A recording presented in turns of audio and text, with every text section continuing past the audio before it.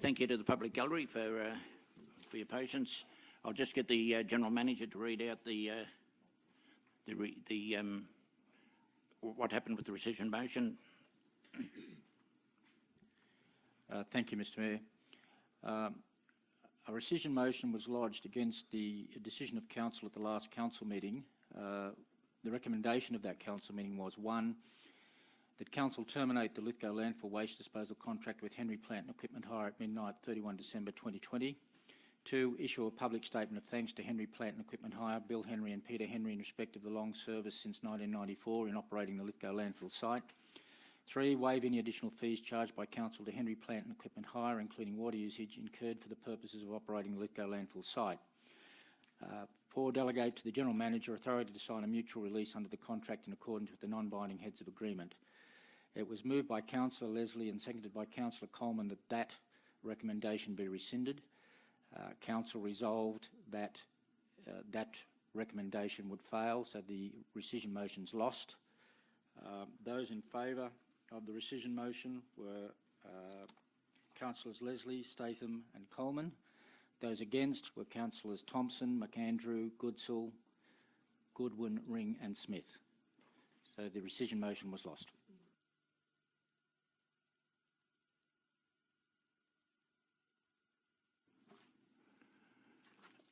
We move to 11.1, General Manager's Reports, Lithgow New South Wales Tourism Conference. Happy to move, Mayor Thompson. Moved, Councillor. I'm actually happy to second this. Second, Thank you, Councillor. Councillor Coleman. Councillor Ring. I brought this to the attention of the General Manager with a request to attend because changes to the conference agenda include items on recovery from natural disasters. Given what has occurred recently in our community, I think this is a really critical conference to attend and to report back on Council. And as I read correctly, there will be a couple of staff going. I think it's a very important. Tourism is critical, one of the key elements to the future of Lithgow.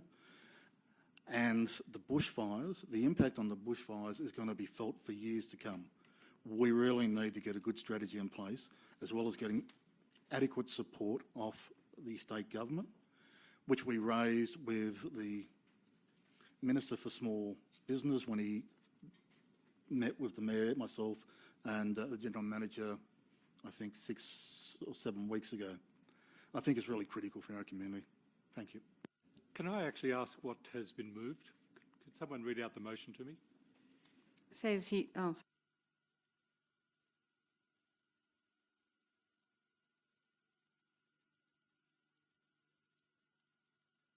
Then I didn't really understand what Councillor Ring was speaking on. I certainly did. But yeah, thank you. Councillor Coleman. My understanding going forward is that professional development will soon be mandatory. Is that correct? Yes. So if that's the case, councillors of the future will need to be able to look at opportunities to learn, and conferences provide that opportunity. However, also, Local Government New South Wales and ALGWA, Australian Local Government Women's Association, which I'm the president of, are very big supporters of Love New South Wales, which was recently mentioned by Mr Evans when he spoke at the public gallery. And we need to provide this opportunity to a councillor to bring information back in regards to Tourism New South Wales. Lithgow has been left off the map, and we need to ensure that we're put back on the map. We need to encourage visitors to our area. And if this provides the information and the knowledge to a councillor to do so, and staff, then I'm all for it. Can I just get clarification? We're not being asked to support whether we go or not. They're simply being asked to nominate a councillor delegate because 2 staff are going irrespective of that. I've got that right? Okay. At least one, Councillor McAndrew, at least one staff. And we've got the budget. It talks about the cost of attending the conference is $1,540. Is that just for the 2 staff members, or is that 2 staff members plus a councillor?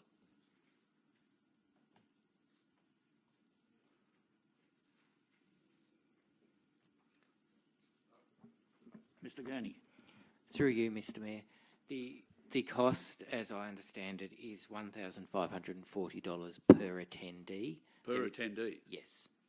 Yeah. There are discounts for groups of 3 delegates or more.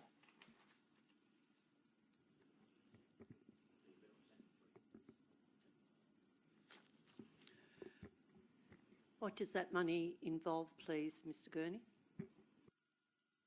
Does that involve travel, accommodation, the entrance in, the entrance out to the conference, and all other financial commitments? Through you, Mr Mayor. From my understanding, it would include accommodation and the conference registration fee. It would not include travel.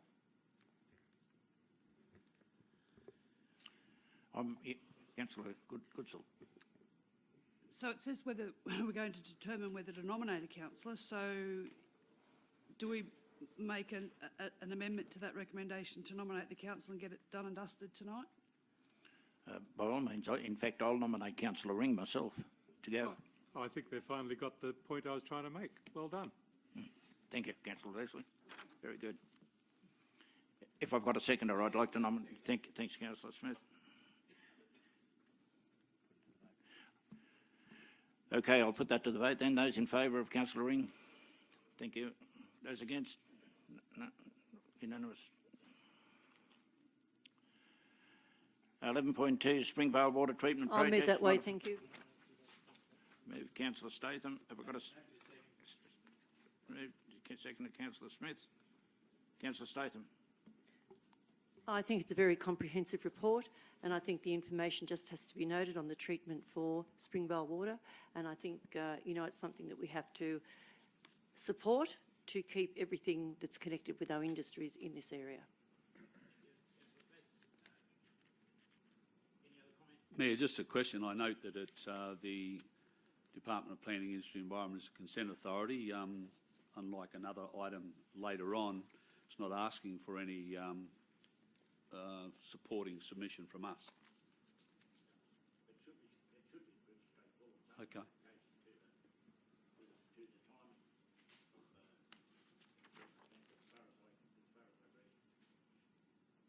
Okay. Okay, then I shall put that to the council. Those in favour? Carried unanimous. 11.22, two-storey dwelling, 37 Inch Street. Mayor Thompson, I'd like to move that with an additional point, please. Yes, Councillor Ring, what's the additional point?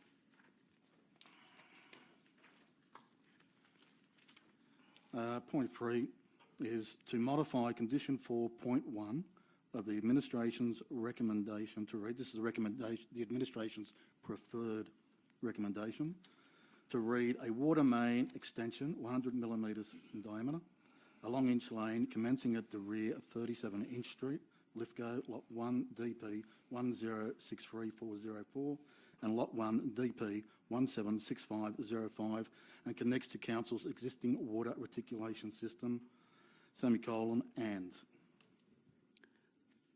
Happy to second that. Mayor Thompson, as you're aware, some councillors have been working on this particular issue for some time. What we're looking at is a 93 square metre structure on a 200 square metre block. There's been extensive consultation with the administration and the staff. There's been a lot of thought put into this. What I'm asking for is a minor modification. In the reports submitted to council, the recommendation was to have a ring from Inch Street around Inch Lane back to Inch Street. That places a very heavy financial burden on a small developer.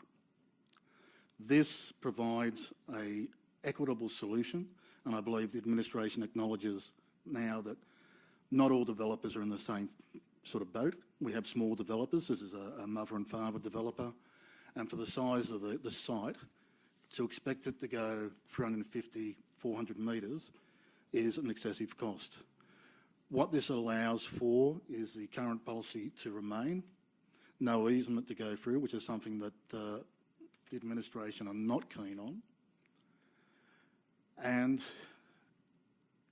anyone who develops down from this property will then be responsible for the cost of extending the water main. I believe it shares the cost out between current and future developers in an equitable manner. Thank you. I think it's a good recommendation. I think it's about time we get this one off the books. It's a good outcome for council. It's a good outcome for the residents. Yeah, question, as things always like this, issues of cost and precedence, because we do it for one, it's got to be done for others. There must have been some concern within staff to put forward the original set of proposed conditions of consent. So could we get some input from someone from staff?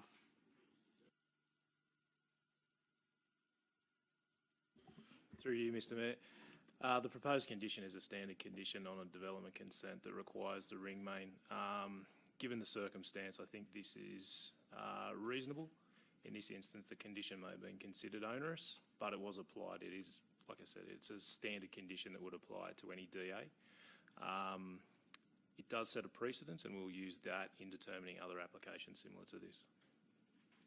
So others that could ask for it could be afforded the same Consideration, opportunity. Yes. Okay.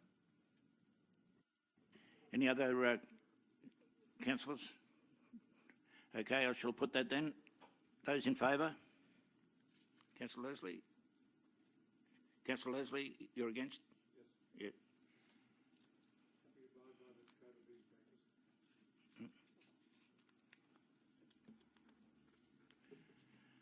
Yeah. 11.23. I'll move this No, then, I'll Mayor move, Thompson. Energy Recovery Project.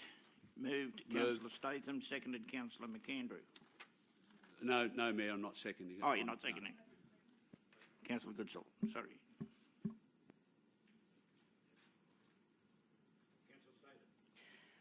Look, I think this is a very professional report from Mount Piper Energy Australia for the recovery project. After many long talks with people in the area, they're very happy with the amount of consultation that's been given throughout our local government area in many forms, Portland, Woonarawang, the library, lots of different forms, so people are fully informed of the situation. Yes, of course, the trucks could be the issue, and I think they're working on something as we speak towards that perhaps changing eventually.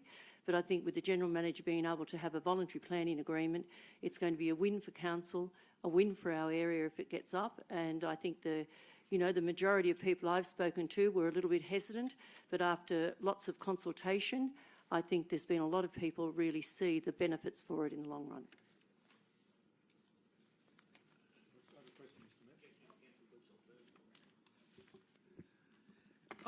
I also support this 100%. I'd like to congratulate Regroup and Energy Australia on this amazing project that they're going to bring to our community. It will extend the longevity of Mount Piper. It's been a consultative, like Councillor Statham said, comprehensive consultation process with council, residents and councillors. There's been 10 information sessions and over 40 presentations done throughout our local community. It's nothing but positive for our community with new industry, power 40,000 New South Wales homes. It'll reduce landfill, 140 construction jobs, 300 direct and indirect roles during peak activity. On completion, 16 new jobs, and will contribute $3.7 million to our region yearly. And I also understand that communication and conversation has also started, has already started around using local interested parties for transport. I've got no problem with it whatsoever, and I don't care that we're burning Sydney's waste. It's waste, and it's going to decrease our landfill and provide jobs and longevity for Mount Piper. Mayor, I have an amendment. Which I'll second. Number 1 stays the same. Number 2, a submission be made opposing the application on behalf of council, and number 3 removed. And I can speak to that application. I can speak to that amendment. Councillor 1 stays the same. Councillor 2, Recommendation 1 stays the same. Recommendation 2 removes a submission be made opposing the application on behalf of council. I note the motion simply didn't say oppose or support. That's why I'm moving the amendment. Which was exactly going to be my question. Yeah, Which way well, was council going to I've put in answered a that submission? question in my Thank you, amendment. Thank you. And of course, if that's successful, there's no need for part 3. I've got a seconder, I think. Yeah, me. Coleman, got it. Yeah, Mayor, look, let's be very clear on this. This is a waste incinerator. Yes, the steam from the heating of the burning of the waste will be used to generate power, but the smoke will be still the same going out through the stack that is applicable to any waste incinerator. I note as well that the concern on waste incinerators in Sydney, there's a push to put a moratorium on any new ones until more of the potential impacts of it can be worked out. The other point I make is that council made it very clear to Energy Australia before they proceeded as far as they've done that they should have had an open public meeting, chaired if needed be by council, but certainly chaired by an independent person with no affiliation to Energy Australia if they didn't wish to have council to chair that meeting. We've resisted in this community Sydney waste being delivered, dumped, hidden, buried, burnt for over 40 years. I have a concern that this is opening the door, and where does it stop? Where does it stop? I know people keep saying, well, times have changed. Well, waste is still waste. And if Sydney are that concerned about their waste, build it in their own backyard, not out here in our community. Because I'm really concerned this is the first, but if this is accepted, then it's going to be pretty difficult to then knock anybody else back that wants to do a similar, and we're so close to Sydney, we're just over the mountain. We're open. I'm concerned that this puts forward, we're open for business for taking Sydney waste forever and a day. They're my concerns.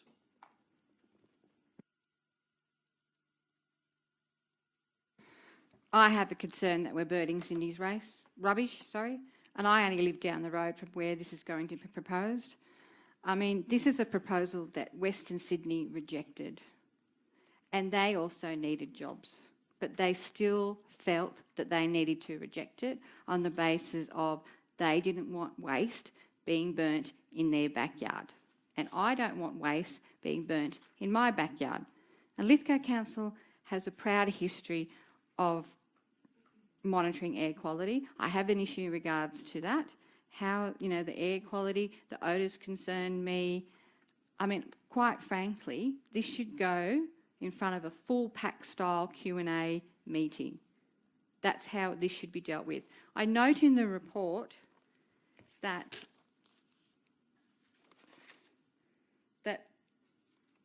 submissions finish on the 28th of February. It was placed on exposition for public authority comments, which finishes on the 28th of February 2020.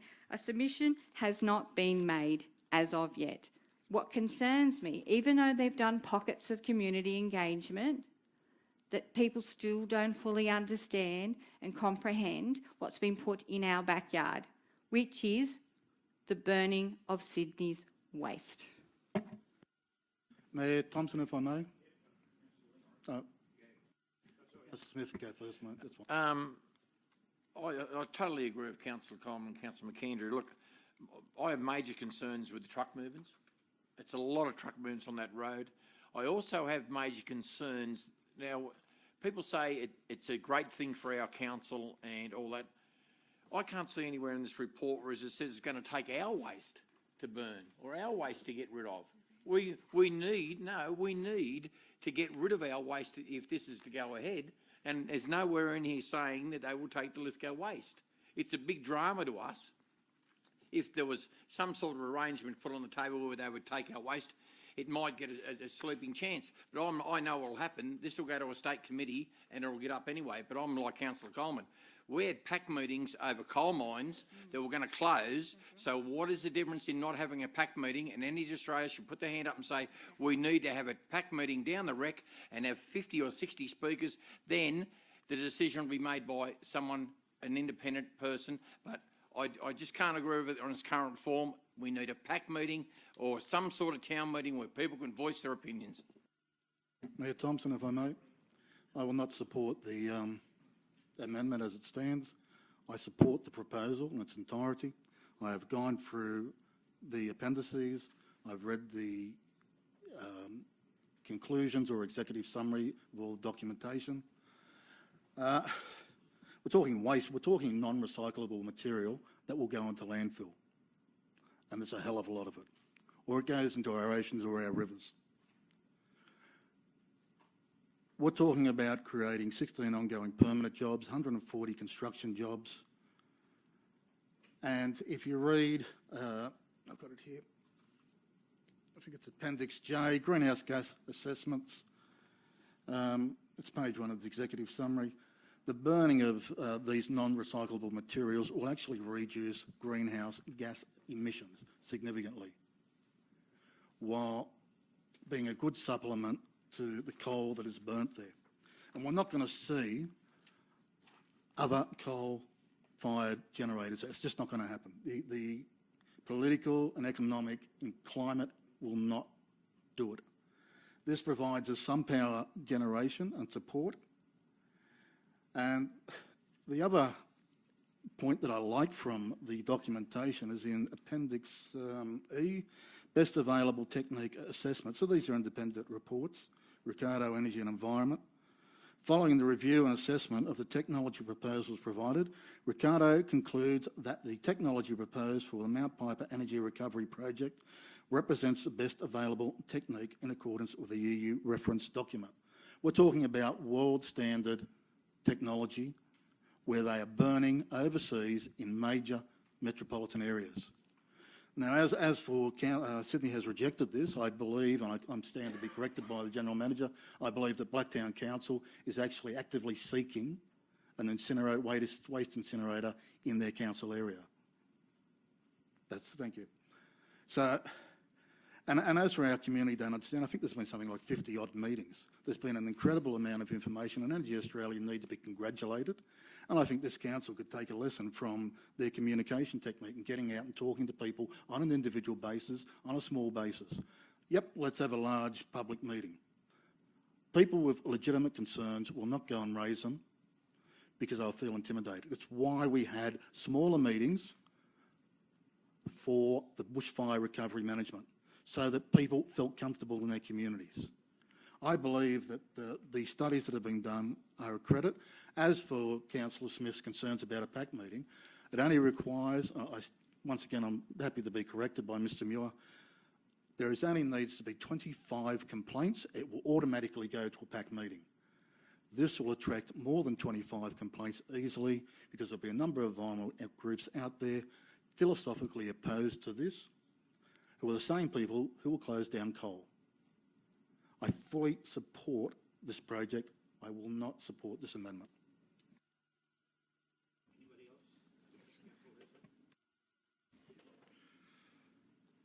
I'll actually support Councillor McAndrew on this one. There's no air monitors in place anywhere, and it seems that there's none planned. So we really don't know what's going to be burnt there. But I'd like to also ask the General Manager if he could ensure that recommendations in future are not deceptive like this one is. Point 2, a submission be made to the application on behalf of council. We don't know whether that was going to be put in favour or against. I mean, it's just not, appropriate that we get that sort of recommendation. It should have read, a submission be made to the application against this proposal or in favour of this proposal. But to put up something as vague and as deceptive as this, it's inappropriate to get these sort of things to council. But I agree with Councillor McAndrew on this matter, and I'll be voting for his amendment. Councillor Goodwin. Mr Mayor, I again, was on the fence with this one. Been thinking about it a lot, listening to the debate over the last couple of minutes. My personal opinion on this is that I like the proposal. I can't support the amendment. I'm again with Steve, with Councillor Ring on this. I think we've had good. We had a good meeting in council here with the people who came up and explained everything for us. I was happy with that. I was happy with the meetings that come through, the 30 or 40 meetings that they've had in the town. So I can't support the amendment. Well, look, as far as I'm concerned, I support the concept. I certainly, all the way through, though, have said that we should have a public meeting, and that's still my view. I still believe that that people don't go to small sessions. I've been out to quite a few, and the amount of people that turn up at small meetings is very, very limited. I've always been of the and I know that there's a member from Energy Australia in the room, and I've always said in his presence that I believe that a public meeting should be adhered to. But in saying that, I do believe in the technology and I do believe in the concept. I haven't got a problem whatsoever with the concept, and somewhere down the line, technology will say Lithgow missed out on this because they didn't take up the concept. So I won't be voting for the amendment either, but I certainly will be pushing very, very hard for a public meeting with the concept as it is. Any other speakers? Councillor, no, there's no right to reply for an amendment. I shall put the amendment then. No, I do have a question. Yeah. This is an odd. I'm well aware that the amendment cannot be in direct contravention of the motion. However, my amendment was clear in opposition. The motion is vacant. So,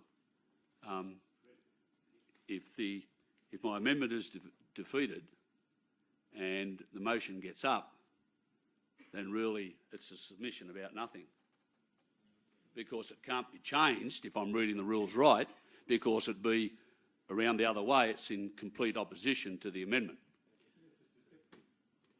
Can I ask a question? Can we make we've got to vote on this amendment first, and then we can amend the other amendment of recommendation? Yep.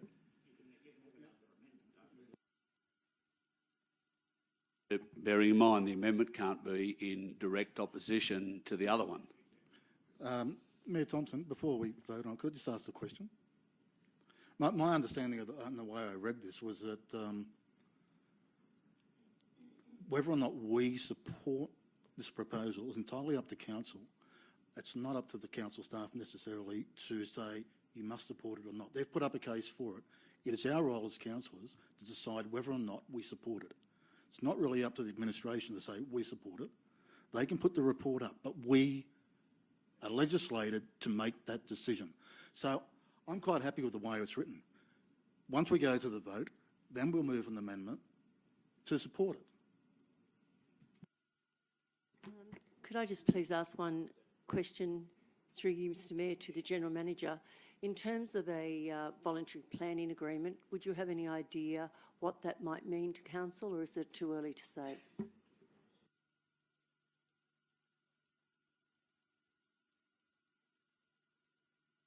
Sorry, Mr Mayor, could you actually say that again with the microphone on?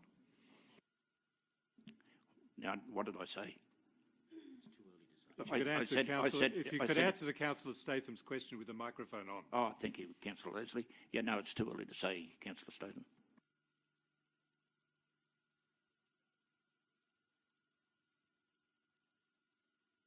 I just looked down there. I didn't know you was awake, Councillor Leslie. I'm sorry.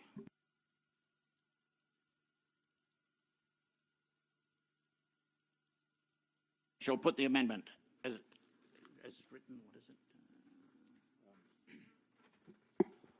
Mr Mayor, I'll read out the amendment.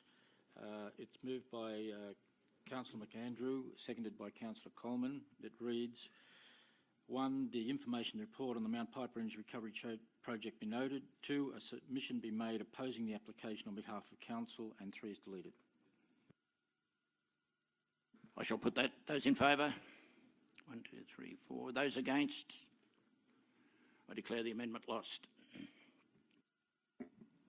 Move an amendment to the second item, Mayor Thompson, that a submission be made supporting the application on behalf of council. I have to put a point of order, Mayor. It can't happen under the meeting procedure. The motion can still say it was originally put, but it cannot be changed now. Yep. No. If it wanted to be changed, it should have been changed when it was first put. Councillor McAndrew is definitely right. So it lapses.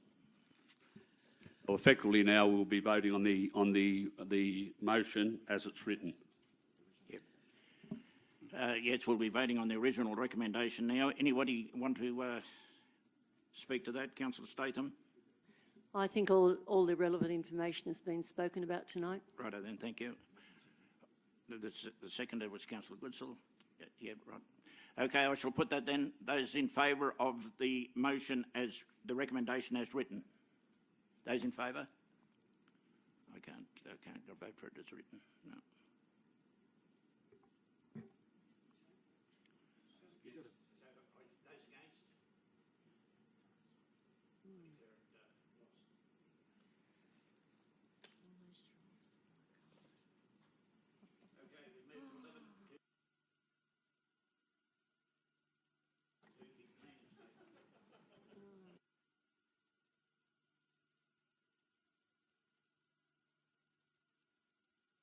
I'll move the recommendation, Mr Mayor. I don't wish to speak to it because it's going out onto public exhibition. Yeah, I'm happy to second that. No, it's going out to public exhibition. I'll wait till I get the public comments on it. I did put in a submission myself to the council planning staff, but we'll see what happens.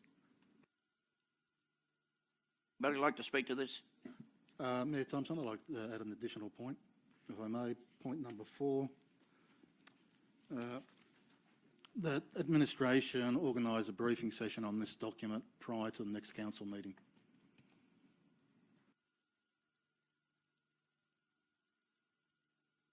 A second.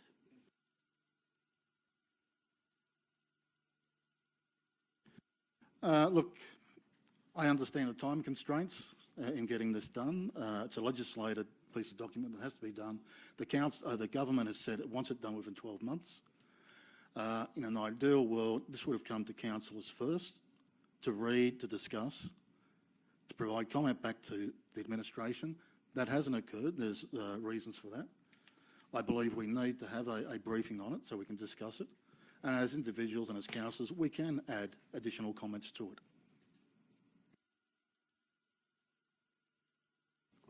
I'd like to speak again.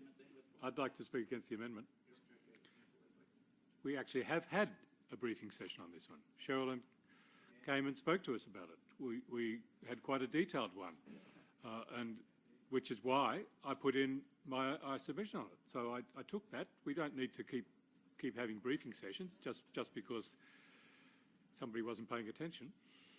If I may, Mayor Thompson, we have not had a briefing session or the opportunity to review this document in its final form. No, we didn't.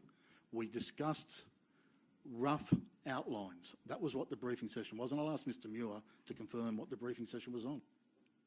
Mr Muir. Thank you, Mr Mayor. Yes, it is correct that there has been a briefing session, or at least one, yeah, briefing session, but that wasn't the final draft document that was gone through. This is the final version of the draft document to go on exhibition. Look, we'd always believed that because of the time constraints on us, we would have preferred to have another briefing session with the final document, but the time constraints being what they are, that wasn't available to us. So the staff have no issue with having a briefing session in the direct context of the draft document, if council so desires. Question, Mayor. Councillor McAndrew. Look, I've just reread the three recommendations. We're endorsing the draft Lithgow local strategic plan tonight to go on for public exhibition. It'll be publicly exhibited for 28 days. And following the public exhibition phase, a further report be submitted to Council outlining the results of the consultation and to seek endorsement of the final local strategic planning statement. I think that gives every councillor every opportunity to look at everything. Yeah, I don't think we're precluded from having a look at that local strategic planning statement when it goes on public exhibition, and if there's any issues, deletions or additions that individual councils would want to do, well, they've got the document there and we can deal with that when it comes back to a further report. So I agree with Councillor Leslie, there's no need for the fourth point. Yes, most probably right. Any other? No? I shall put the amendment then. Those in favour of the amendment? Councillor Ring. I declare the amendment lost. Councillor Leslie, do you want to write a reply? No, Mr Mayor.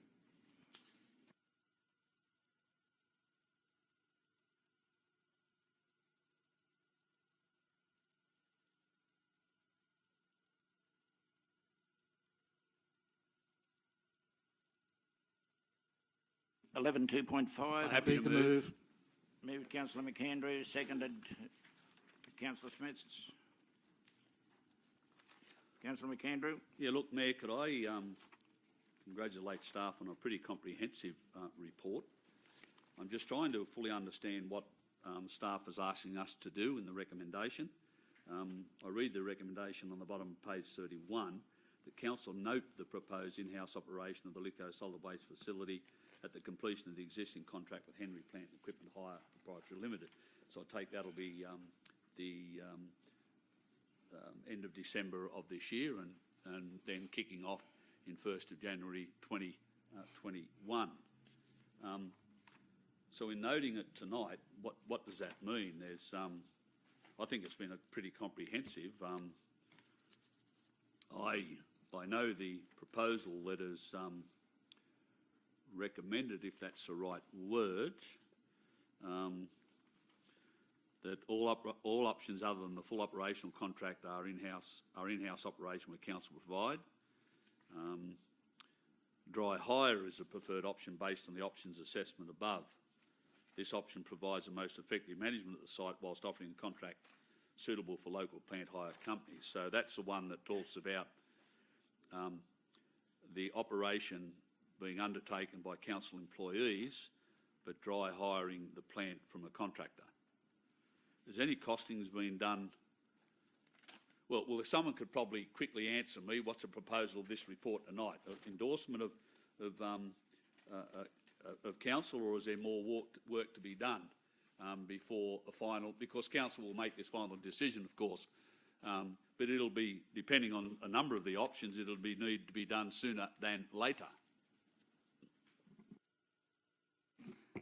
Thank you, Mr Mayor. I'm starting first. The final option, I suppose, hasn't been chosen other than where this arose was it wasn't specifically minuted. There was discussion at the last meeting about what will be our options for the future, and that really brought rise to this report.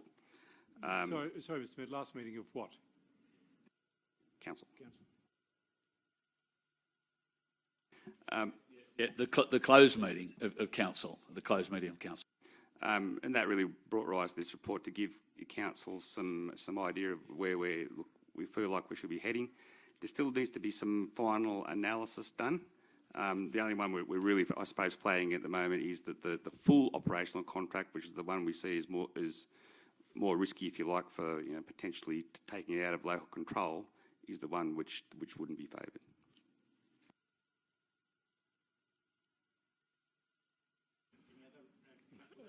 Yes, Mr Mayor, I'm going to vote against this. I'm not prepared to vote for something that has not had the opportunity to be debated in the public, and it's not had the opportunity where councillors can, with information they receive, discuss the matter with the citizens of Lithgow.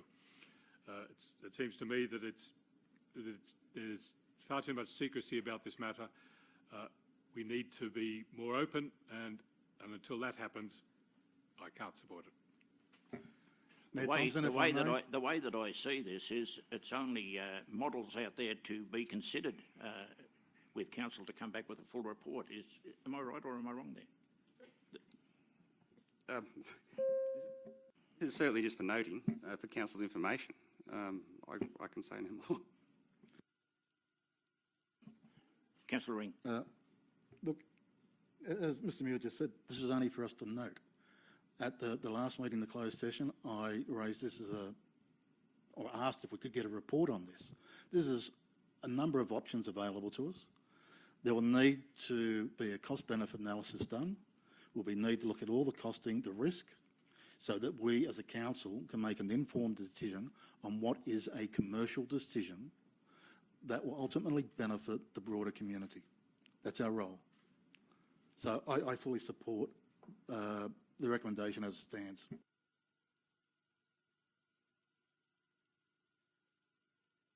Yeah, just briefly we're noting the report, or noting the proposed in-house operation of the Lithgow Solid Waste Facility. It will be one of our major decisions, I expect, in 2020. What is the process? I've never, in my time in council, we've never dealt with a contract probably as big as this one may be, irrespective of whether we bring it in-house or not. Is there a consultation process that has to be undertaken with the public or not? I just don't know. Or is it simply a matter for councillors, based on advice and debate and an argument, to make a decision? Yeah, thank you, Mr Mayor. If I might, I think the process from here on is fairly open. You've had the discussion in closed confidential session, so we would be now doing cost benefits on the options. We would be presenting those to council in broad context. No need to go into confidential, I wouldn't think. And then we'd go through a tender process, which is a normal tender process at the end of the project. The tender process would result in what final option that council wanted. If it were to take the option 4, there wouldn't be a tender process. That's correct. So that's why I'm trying to work out what the process is and what's the proper process of going through this. Mr Muir might want to clarify, but we'd need to come back to council with a recommendation as to a preferred option, and then the process after that would follow. Process of deciding what the final option. Okay, no, thank you. I shall put that. Those in favour? Against? Councillor Leslie.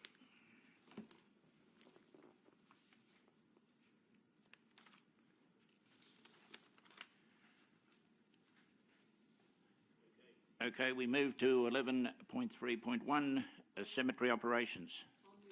So 2 amendments to dot point number 6 and number 9, please, Mayor Thompson. 1, 2, 3, 4, 5, 6. Yeah, what's your changes? Well, I'm very disappointed. There are a lot of people out there that have loved ones in graves in all the cemeteries throughout the world. In our local government area, we're a small community who take care in most of their pride in the cemetery, and it's got here minor conditions placed to fine in both the kind and placement of ornaments to minimise potential safety implications, as well as to preserve the anonymity of the cemetery. And the bottom one, which I find quite distressing, detail that notes council reserves the right to remove or dispose of unauthorised or non-compliant infrastructure or ornaments placed within the cemetery for the purposes of preserving anonymity and public safety.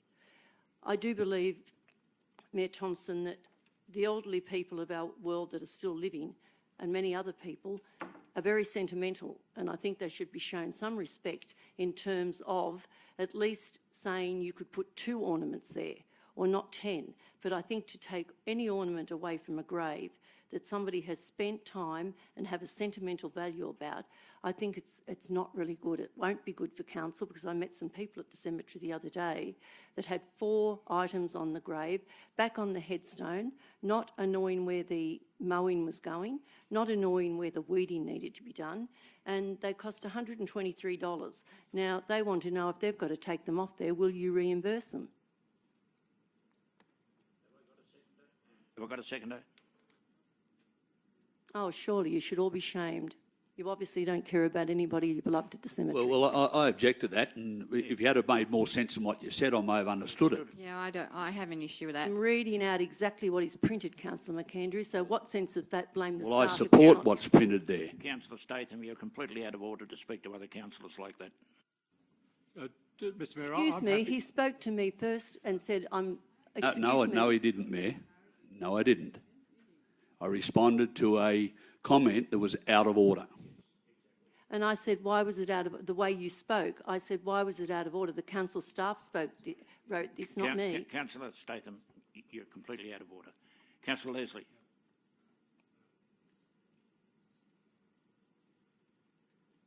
Okay, I've got a recommendation. Does anybody want to move the recommendation? Sorry, Mr Mayor, can I speak to it? Yes. I just recently sent, or today, I sent a... Excuse me, what are you speaking to? It hasn't been moved yet or seconded. Happy to move it, Mayor Thompson. Moved, Councillor Ring. Have I got a seconder? Councillor Goodwin. Righto, Councillor Ring first. There's been extensive discussion on this. We've talked as councillors on it. It's time to go out to the public and be guided by what the public say. That's all this is really asking for at this point. It came to the council.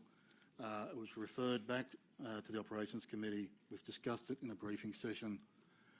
It's now time for the public to read it and to get the public's feedback.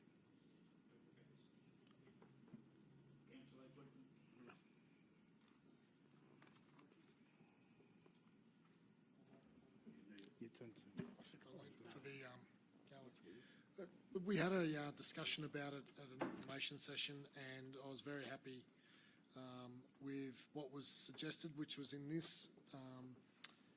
I did raise some concerns about vandalism, which the concerns were allayed by Mr Edgecombe. He did, in relation to what Councillor Statham was saying, he was indicating that some people are putting ornaments on graves that are up to 2 metres high, and they need to be removed. They're not part of a grave site. This was in the information session that we had, and I'm happy with the proposal. Leslie. I thought I was next, but anyway.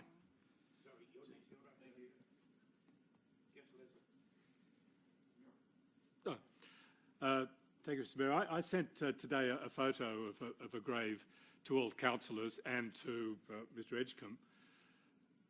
It concerns me that when you do drive along the Great Western Highway at the Lithgow Cemetery, that the grave you see is in grave disrepair.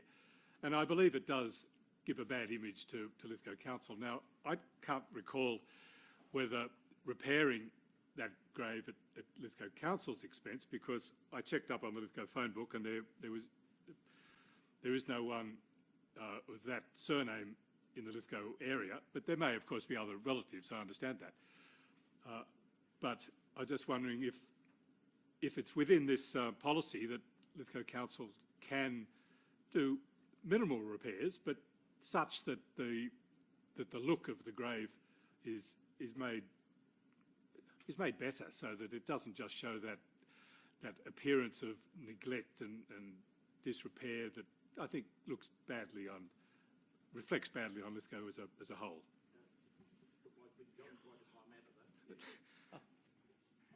Councillor Smith. Look, I'm happy with the clause. Sorry, Mr Mayor. could Sorry. Sorry, Councillor Leslie. Was a question whether such a matter could be investigated to whether council could repair such a thing, and if it fits within this recommended policy, and if it doesn't, could such a matter be included? So matters like that could be included. Mr Edgecombe.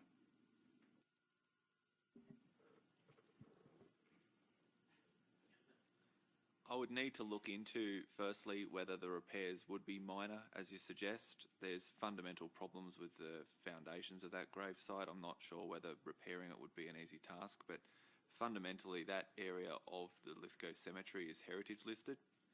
Any modifications out there would need to be thoroughly considered and applications made and by heritage specialists. It would be someone far more skilled than me that would make an assessment on that.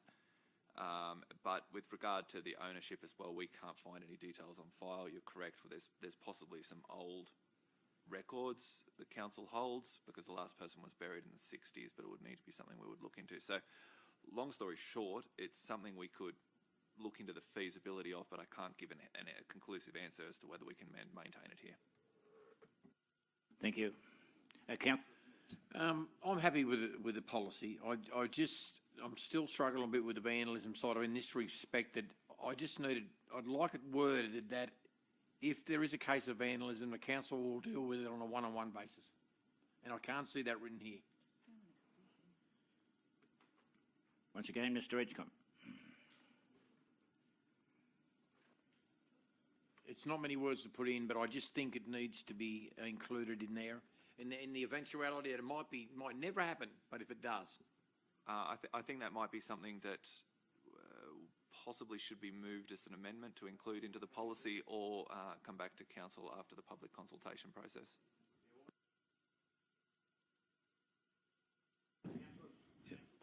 Let's make this really clear. This is going out to the public. It's not been adopted tonight, so those issues raised by Councillor Statham can be submitted via a process which is submitting submissions. I have concerns in regards to this document. Residents have spoken to me in regards to this document.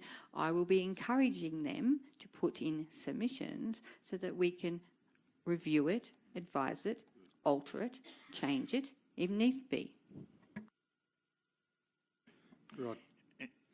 Any other, Councillor Ring? Right reply? Yes. Can I just ask a question before he does? I was away when the information session was called, and I'm sorry that I missed it. I was some of the issues certainly that I raised when it was first put to council. I was concerned about the issue of vandalism as well. Just coming back to the issue raised by Councillor Leslie, I'm just quickly going through the policy now. Our maintenance, are we able, if we do know the family and we can contact the family of the deceased and it's in bad repair, can they be required to fix it at their cost? I'm trying to find it in the policy. It may be there, but I haven't had a chance to find it. Mr. Edgecombe? Through you, Mayor Thompson, we wouldn't require people, over time things naturally do degrade and fall into a minor state of disrepair. If it becomes an issue of public safety, we would absolutely contact the first ownership details in terms of the right of burial. But other than that, it would be unreasonable to expect every single grave to be maintained to an impeccable standard in perpetuity. Councillor Ring, right to reply. I'm glad that Councillor Leslie has raised this issue because I raised the issue of heritage listed items in the cemeteries when we had the briefing. It wasn't supported. A number of our items are listed on the LEP, as Mr. Edgecombe has just said. We should be seeking heritage grants where possible from the state government. There are grants out there. There are specialists working within New South Wales Heritage who have extensive experience in the management and conservation of cemeteries. During the submission period, I will write in to request that we include that, and I will talk to that at the next council meeting when it comes back. Thank you. Thank you. I shall put that then. Those in favour? Unanimous.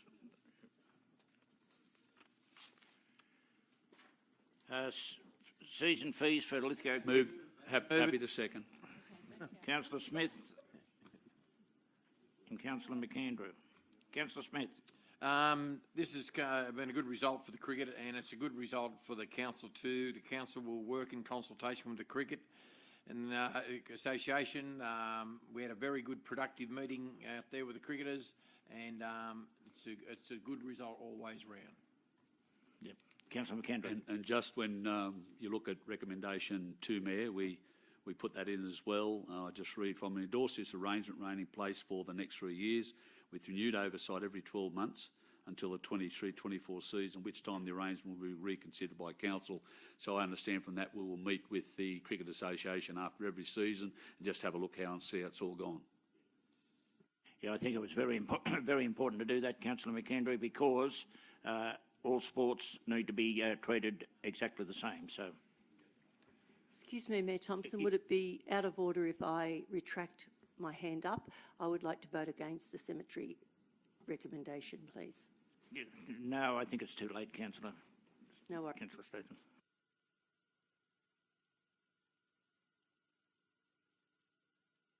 Any more comment on no? Any more comment on the cricket? Okay, I shall put that then. Those in favour? Thank you. Carried unanimous. I'll be leaving the room now, Mayor Thompson, for the Thank next you. item. Note Councillor Ring leaving the room. Lithgow Aged Care Footpath request. Mayor, happy to move. Happy to second.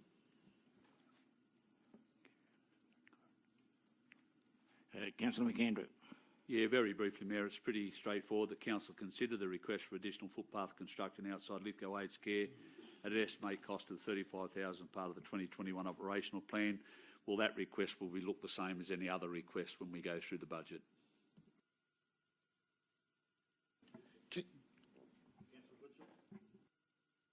No, I'm happy with what Councillor McAndrew said. No need to pay for it now, but put it into the 2021 operational plan. Councillor Goodman. I was just going to ask, why wasn't this considered in a DA? Is that In the development application?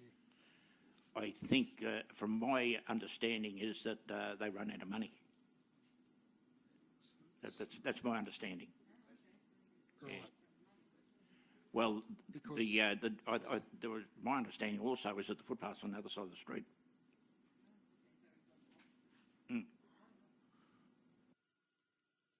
So why are we paying for it? Are we? I think I might be being requested to speak on this. Yep, through you, Mayor Thompson. There are footpaths on both sides of the street, but on one side it stops where the residential properties stop. On the Lithgow Aged Care side, it does continue to their western boundary. They're asking for a continuation of that footpath within Council's road reserve, so it becomes a public asset. Construction of public assets is exempt from any part of the DA process. We don't need to put in DAs when we build new footpaths or resurface roads. It's part of the maintenance of or construction of essential public assets. But it's simply a request to continue the existing footpath on the south side of the road outside of Lithgow Aged Care to continue around past their boundaries through to the bus shelter. Can I just ask? Any other questions? Yes. Just on that, there are some aged care, some older people's homes at the back of Barton Street near the basketball stadium that I know that Mr. Barlow was really advocating for a footpath on that street there. It's only grass and dirt, and people the elderly are. Yeah, well, that sort of doesn't come under this particular item. Yeah, it's similar. But look, the operations committee will look at these things as they come up. We did take some money from the footpaths earlier this year for the Portland works, so we certainly can't take any more away from what's already been proposed. Mayor Thompson, would there be a chance that there could be some of the money coming from the drought money? Well, look, there could be, as I would believe that somewhere along the line that we may have projects that don't go forward this year, that somewhere along the line that we may be able to use some of that, whether we can or whether we can't, it'll remain to be seen. But the recommendation is at the moment, as Councillor McAndrew and Councillor Goodsall and Councillor McAndrew moved, that it go into the 2021 operational plan. So if there is anybody that wants to speak against that, No, that's exactly what I was going to say. Considered. It's just Yeah, asking that council consider that to go into the 2021 operational plan. Not that it's going to necessarily be done. Not necessarily that it's going to, yes. That it be considered, yeah. Anybody else? No, I shall put that then. Those in favour? Thank you. Carried unanimous. Did somebody get Councillor Ring, please?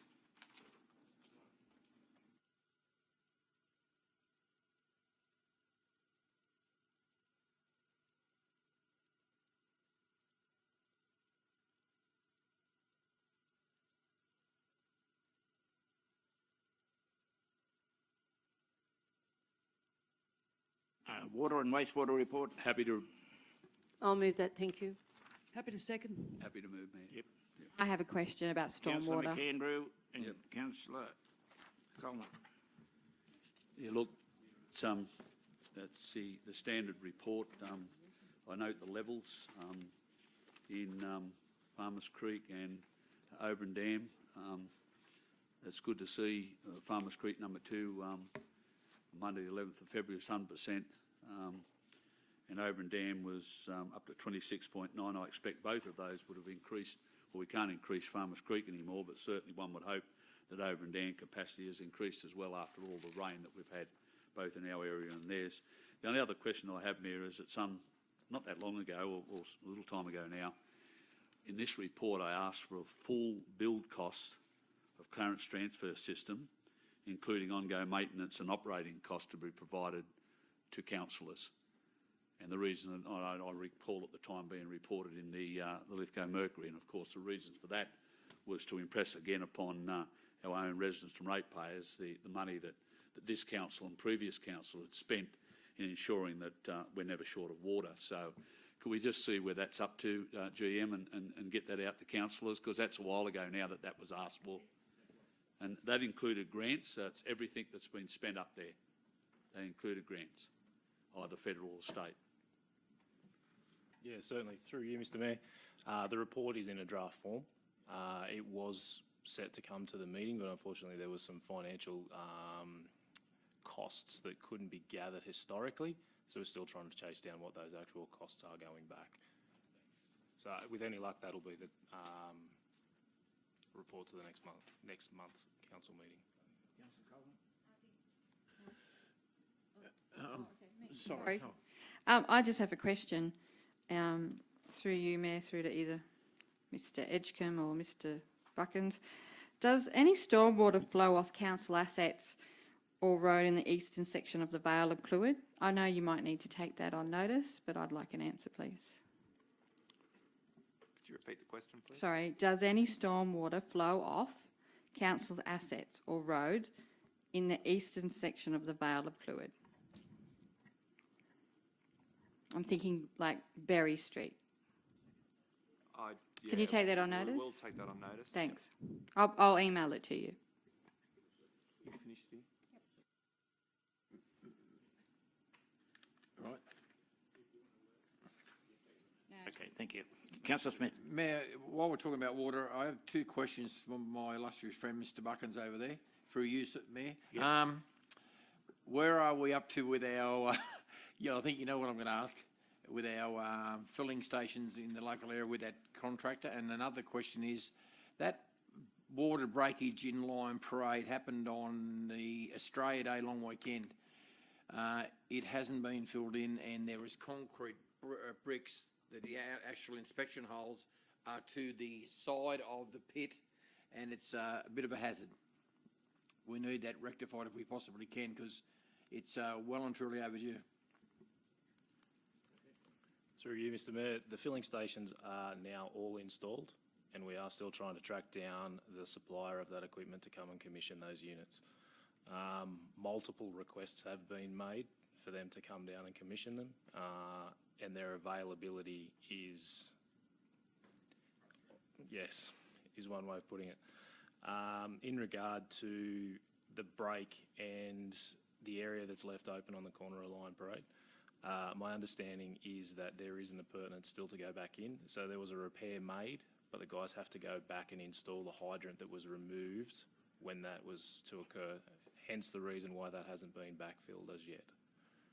And sorry, Mayor, and I'd just like to say that, Mr Buckins, you've been putting out some great media releases on the water dramas we've had, and it's been very good for all the public and the councillors. Thank you. I 100% agree with the communication about the water. It's been great. Just today, I noticed, can I ask Mr Buckins a question through you, Mr Mayor? Today, on an announcement went out saying council is undertaking a valve removal as the final stage of the cutovers of mains in Street. Can I just ask if that was scheduled work and if the residents were notified that their water was going to be turned off? Certainly through you, Mr Mayor. The work had been planned, and the work was planned so that there wouldn't affect any customers. We've had numerous issues when we've tried to isolate these sections, and again, the same thing has occurred.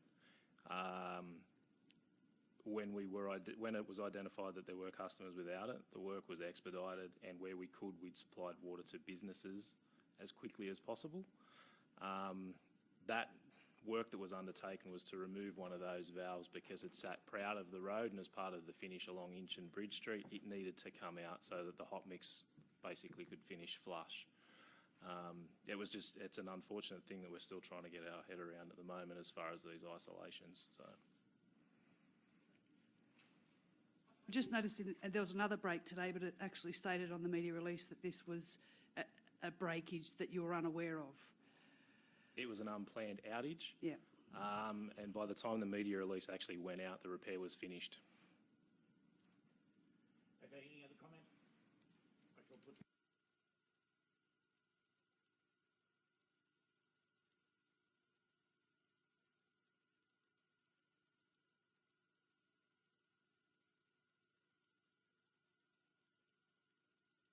I'll move that way, thank you.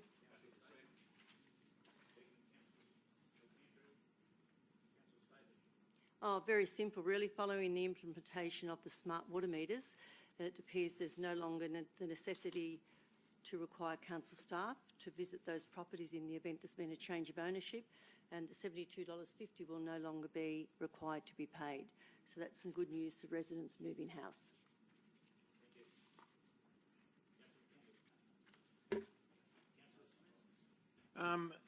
Just a question, Mayor. In regards to smart meters, some people complained about the installation of them and the quality of the installation. Is that being followed up? It depends on what you make reference to. Well, I mean, leakages after the meter's been installed. There's been some known problems with it, and it's something that can only be addressed once it's been installed, and sometimes it takes a little while for the new meter to seat inside the new seals. Okay. They have become loose, and it's just a matter of tightening it up. It's something that when the guys that do the install, when they leave, they check that it's not leaking. Mm-hmm. The leak tends to occur some days or weeks later. Okay. And generally we're only notified, particularly if it's on council side of the meter, we're only advised by the resident. If it's on the other side of the meter, we can actively pick that up through those leak detections, and then we'd investigate. Okay, any other...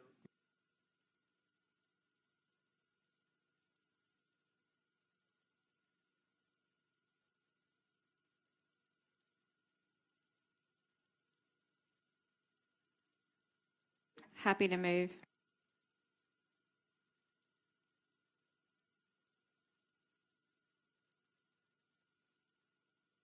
Don't need to speak to it, it's pretty well explanatory.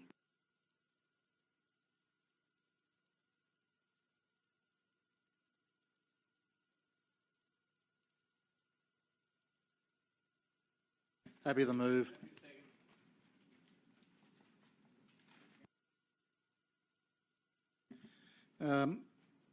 This is one I preempted at the last council meeting, I sort of jumped the gun a bit. Basically, council agreed some time ago to look at the rating structure for the power sites, power generation sites. And the upshot of it is, if we negotiate successfully for an increase in the rates by the power stations, we are then able to pass on savings to other areas within the communities. And it was proposed to remove an historical difference or anomaly between the business community in Wallerawang and Portland to bring the ad valorem rate onto a more even par.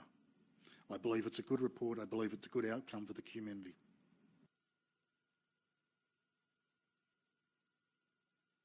Well, I think everybody was briefed on this pretty well the other day, except for Councillor McAndrew. You weren't the only one here, I believe. But this is a good report and it's a good outcome. Mr Mayor, I draw your attention to the table on page 48, in particular to Lidsdale. Lidsdale in the residential area has 133 properties, and in business it has 4. I'd like to move that an additional point that we remove Lidsdale, that Lidsdale be deleted from this rating subcategory and treated in the same manner as other rural villages such as Sodwells, Rydal and Alice, Glen Alice. It seems to me that four properties is for business is hardly an area of major economic activity, and the 133 properties, I can't see why they're treated differently from other little rural villages, and I just think that we should just delete them and treat them exactly the same as elsewhere, and that obviously there'll be a minor change to other people's rates and probably a change to the rates for Lidsdale, but that's so be it. Let's just do it and tidy up some of these. I think it's an anomaly. I'll just get Mr Gurney to comment on that. Through you, Mr Mayor, there was some discussion about the Lidsdale business subcategory at the last Finance Committee meeting. I had proposed to take some modelling on the impact and options as far as that Lidsdale business subcategory to the next Finance Committee meeting. There are flow-on effects of changing any subcategory, so I had planned to present that to the March Finance Committee meeting first. Are you happy with that, Councillor Leslie? I don't recall that being in the minutes, Mr Mayor, but I'm happy with that. Yes. Thank you. Any other commentary? Yeah, just look, it's good to see at long last the principle of a power generation business rating subcategory is in place. You'd recall, Mayor, in the previous council, Councillor Inzatari used to raise this every time we had a rating structure discussion, and for some reason or another it just never seemed to have got done, and I can't recall the reasons for it, but all I can say now is that it's good to see it it's being proposed. Thank you, Councillor McAndrew. Any other commentary? I shall put that then. Those in favour? Carried unanimous. Q2 budget review. Happy to move, but I have a lot of questions and I have a lot of comments. Move Councillor Coleman. Have I got a seconder? Happy to second. Councillor Ring. Councillor Coleman. I note in the report that it's forecast that the water fund will have quite a deficit, 103k deficit. My understanding, and my first question is, my understanding of the state funding that hasn't quite been offered, we actually have to put a submission in, is only basically for projects, social projects. So we can't actually apply to the state government to provide funding for, say, water infrastructure. Is that correct? Through you, Mayor, through to Mr Gurney.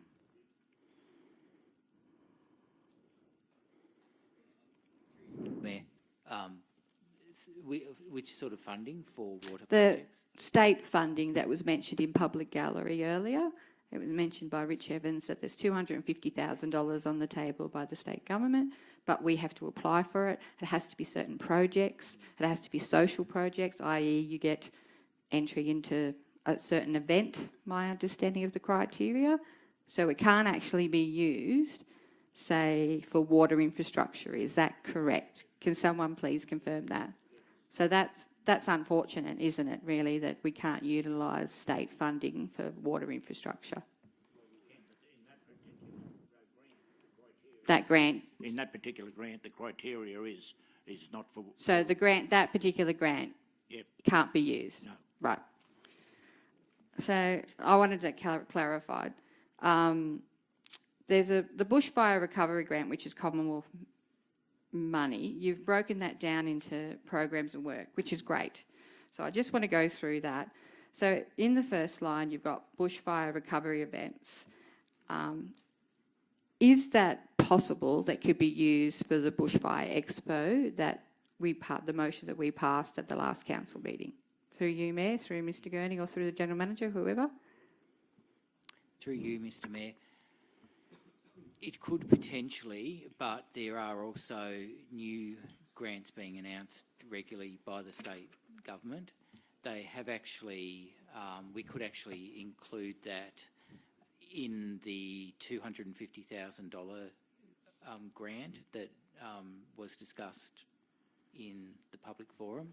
So that is an option. We can propose that one, and there would be a report coming to council on options for the 250,000.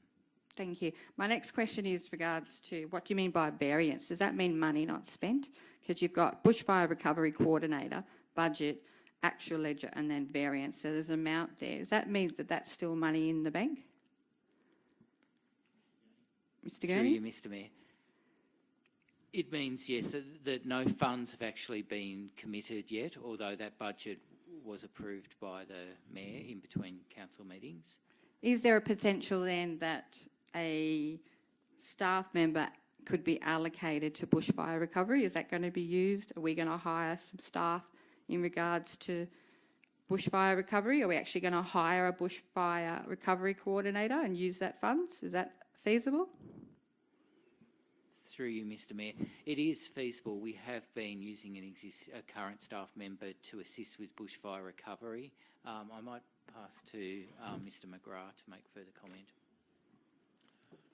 Through you, Mr Mayor. Yeah, look, we're looking at this going forward. Obviously, the bushfire recovery is changing on a weekly basis, really, as priorities change and as we gain more information from the community.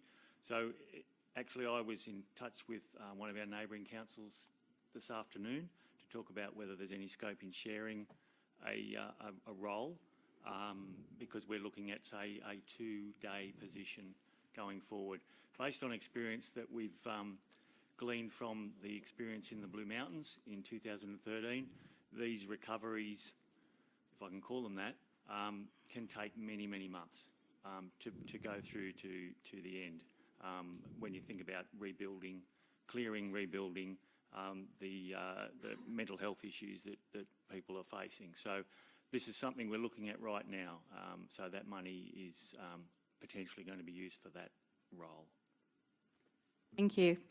I note that tree removal has got a variance of 613,415, and that was done on private property. And we did hear from both Mr Marnie and Mr Trace earlier in regards to the Vale of Clwyd, and I will continue to bang on about this because I'm very passionate about it. That's on private property. However, is it possible to use the stormwater clean-up budget to assist those in the Vale of Clwyd? Through you, Mr Mayor, we also received an additional allocation on top of the $1 million of another 416,667 in the last week. I can ask though, we haven't determined a budget for that allocation as yet. I could ask Mr Edgecombe if he has any comments on that. Through you, Mayor Thompson. We've already believed that the full amount of the $150,000 will be spent on required cleanups around the Walgan Valley in terms of actual debris on council public land that are essential road assets. So they're what we're focusing on at the moment in terms of the stormwater cleanup, and that's what that 150,000 is for specifically. I know, Mr. Gurney, you said there was more funding coming. So Mr. Edgman, you've just said that 150,000 has been allocated accordingly, and I'll take that on board. And you've said, I'm public council then, I'll take that on board. However, I'll bring you back to the tree removal was on private property. Mr. Gurney, you did say that there was other funding coming. Is that correct? We have received the additional payment. It's in the bank account. We haven't allocated a budget to that as yet. So that's a possible way forward for those at the Vale of Clwyd? We'd have to determine a priority for that, and again, I would rely on advice from appropriately qualified staff as to the best use of those funds. Thank you. That's the end of my questions, and I do congratulate Mr. Gurney on a well put together report. I appreciate it, and I appreciate the fact that you took my call earlier and went through it, but thank you for answering my question. Ring. I think it's a good report. We're meeting or exceeding all key performance indicators. And again, it's been signed off as a satisfactory performance by the Chief Financial Officer. And I think that's the only second time that this has happened with this council it's the third, sorry. It's the third, which is very good. So we are moving in the right direction. As for the issues raised by Councillor Coleman, they can be discussed, but it will need to be dependent on any criteria over the expenditure of the money, the additional funds that are coming. Councillor Ring. Councillor Leslie. Just taking up what Mr. Gurney said, was that $400,000, Mr. Gurney? That's correct. It was just... Yeah, thank you. So following up on that, councillors and the public could have had the opportunity to put in submissions had we been notified that this money was available and had it been put onto this business paper so that we could put in our own suggestions and ask the public for suggestions, but the administration chose not to do that then. No, Is that Mr. Mayor, correct? that is not correct. No. The money, we made application for another $1 million.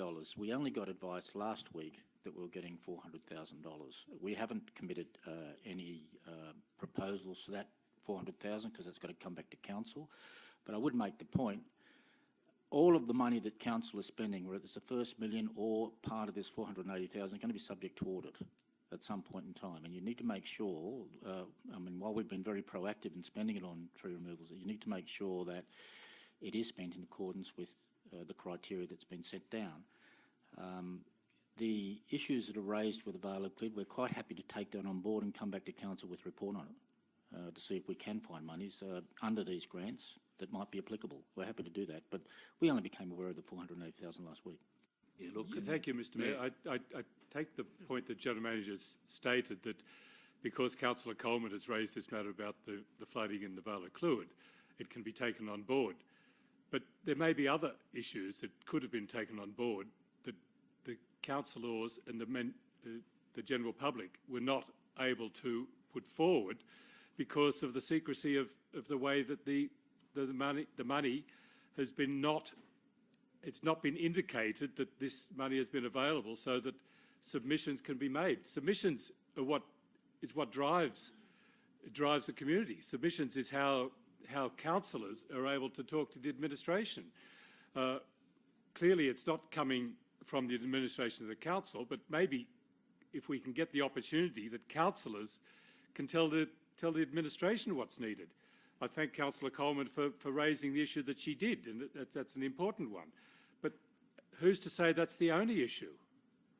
Councillor, Can I... Mr. Mayor, Mr. General Manager. If I could just comment on that. Councillors will be aware that Lithgow City Council is being held up as an example in relation to the recovery efforts for the bushfire. It's been held up as an example by politicians federally and state because when those fires came through, we had traumatised people up there wanting help. The federal government gave $1 million. We decided to move quickly. We did so with the approval of the Mayor under executive order between council meetings. We have been approached by Andrew Colvin, who is the federal head of the response to the bushfire recovery, seeking guidance from us as to how we spent it, because he can't get information from other councils because they haven't done it. We have other councils throughout this area.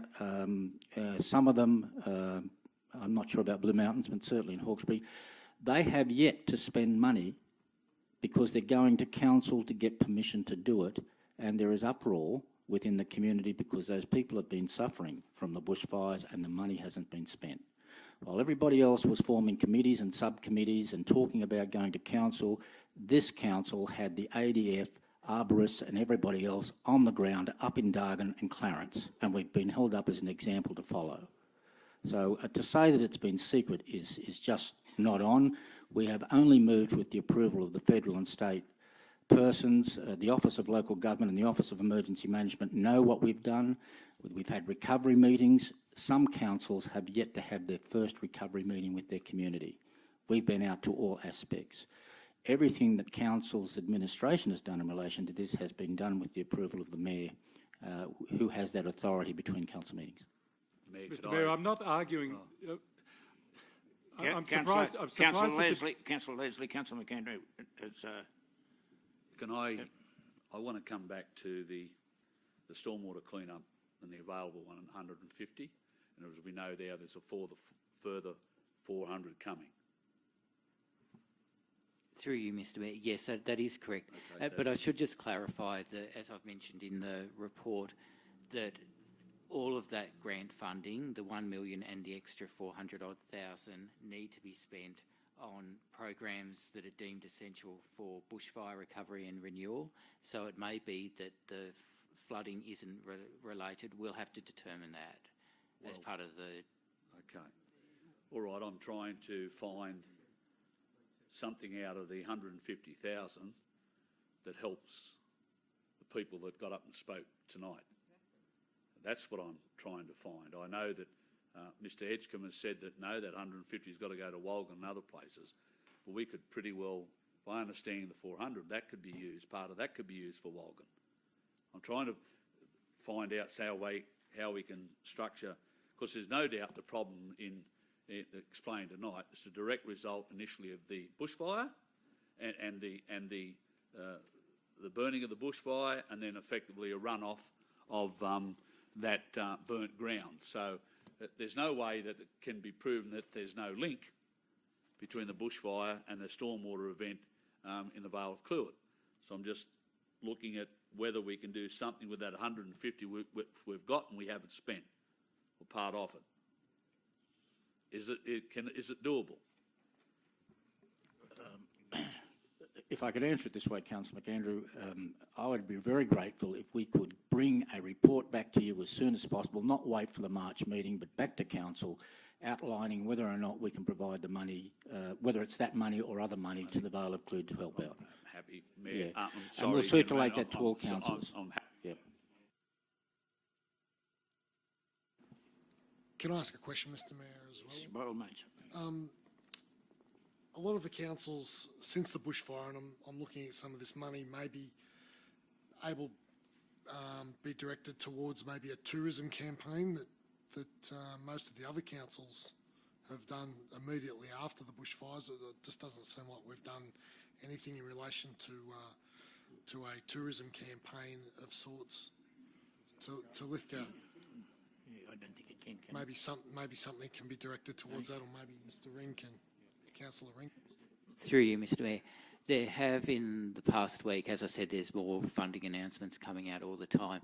There have been 2 streams of new grant announced by the New South Wales government specifically for tourism projects. Yes. Yeah, Mr. Muir. I'll just add something there too. We're aware that Destination New South Wales have been showcasing various areas, and the representations have been made to them as to why Lithgow hasn't been showcased. So hoping something might come of that.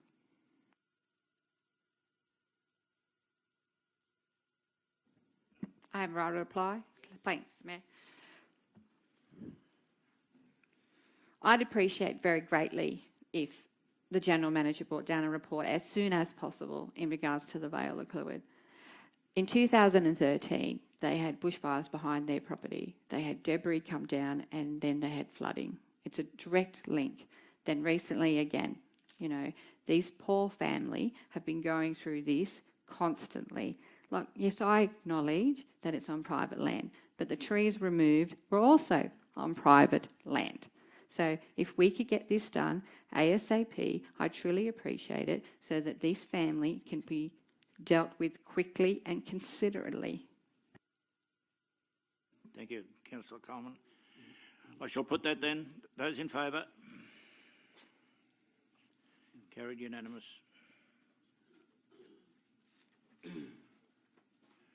Delegation of acceptance of tenders. Happy to move. Moved Councillor Goodsall. Happy to second. Seconded Councillor Ring. Councillor Goodsall. I like to speak against it. Councillor Goodsall. Just makes perfect sense to me. That's it. Okay, Councillor Ring. I understand this is part of the exit strategy for the General Manager. I believe it's very appropriate from a risk management point of view for the council. He'll be leaving, could go anywhere. This removes any cloud of suspicion or doubt over his judgment. And I believe it's going to the Chief Financial Officer, and I believe that's quite appropriate.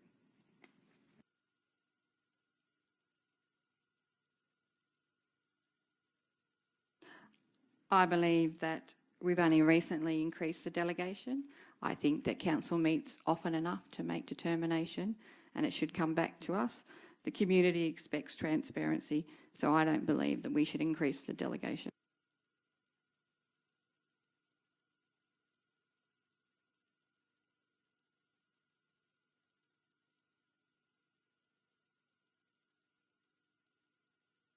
Does it come to council then if this is... Well, okay. I'll withdraw my objection then.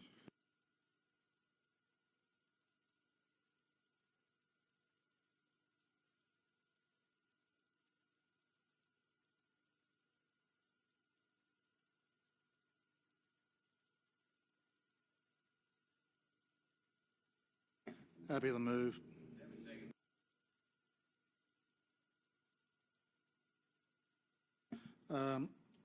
I note in the report there's a very low percentage of the roadworks done, and if I could confirm for you, Mayor Thompson, for the administration, that's possibly more than likely down to the impact of the bushfires on our staff, and our staff have been out there working with the RFS, and this has in fact impacted on that. And it shouldn't be seen as a negative in this report.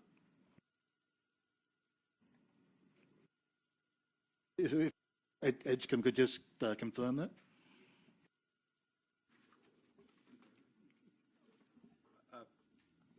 Yeah, Councillor, Mr. Edgecombe, sorry. Sorry, through you, Mayor Thompson.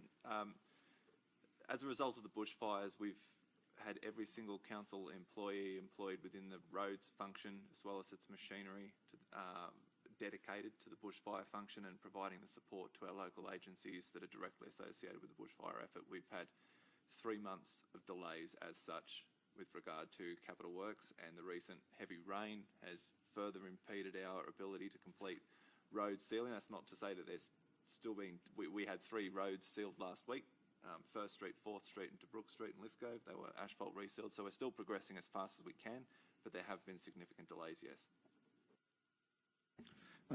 In the report, I did note that particularly the Pool is doing quite well, and that to date we've had 58 kids' parties packages booked at this pool, which is really good. So I think it's a really good outcome. Thank you. That's all I've got to say.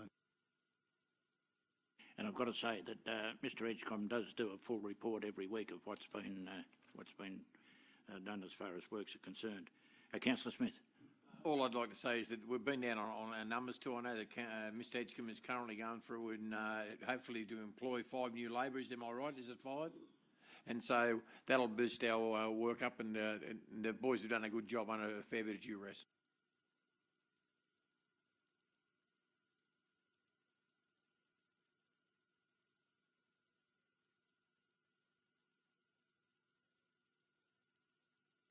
I'll Happy to move that, move. thank you.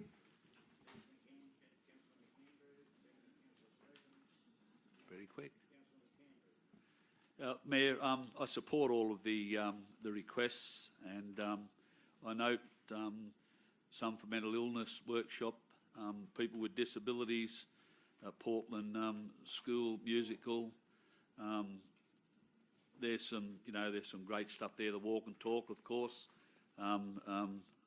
and community fundraising. And I note the last one, the community fundraising event, was an urgent request as community interests exceed expectations, and that's to help a treatment cost for a young family whose primary breadwinner has been diagnosed with cancer. I support all of them.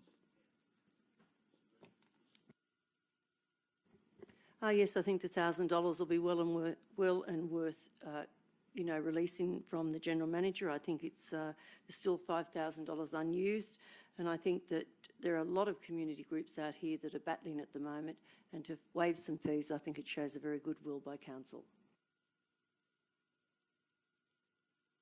Any other comment? Put that then. Those in favour? Carried unanimous. Council committee reports, Finance Committee meeting minutes. Happy to move. Moved Councillor McAndrew, Happy to second. seconded Councillor Ring. Councillor McAndrew, Yeah, it's pretty self-explanatory, Mayor. We've already dealt with the investment report, so everything else pretty straightforward. Councillor Ring. No, ditto. Any commentary? I shall put that then. Those in favour? Carried unanimous. Operations Committee meeting. Happy to second. Moved Councillor Smith, seconded Councillor Goodsall. Councillor Smith? I know the report basically explains what happened at the meeting. Councillor Goodsall? Any commentary? Councillor Leslie? I have an amendment, Mr Mayor.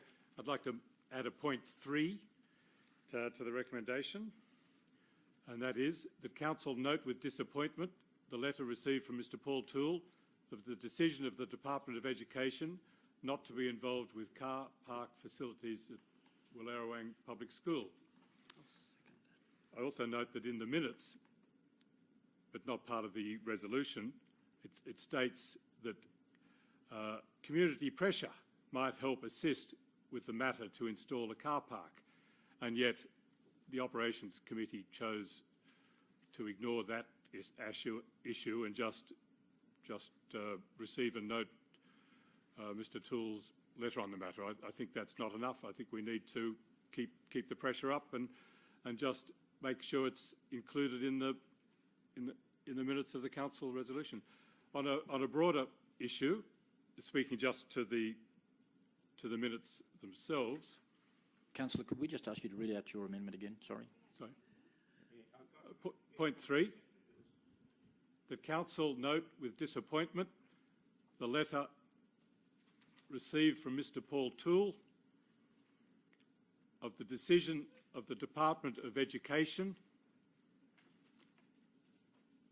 not to be involved with car park facilities at Wallerawang Public School. I'll second that.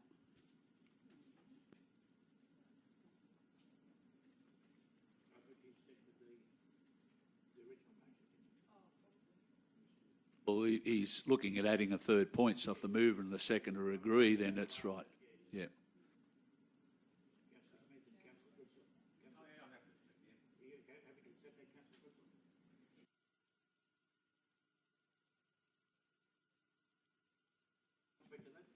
No, I'm happy for that to be accepted. We'll see what happens with the vote on that one.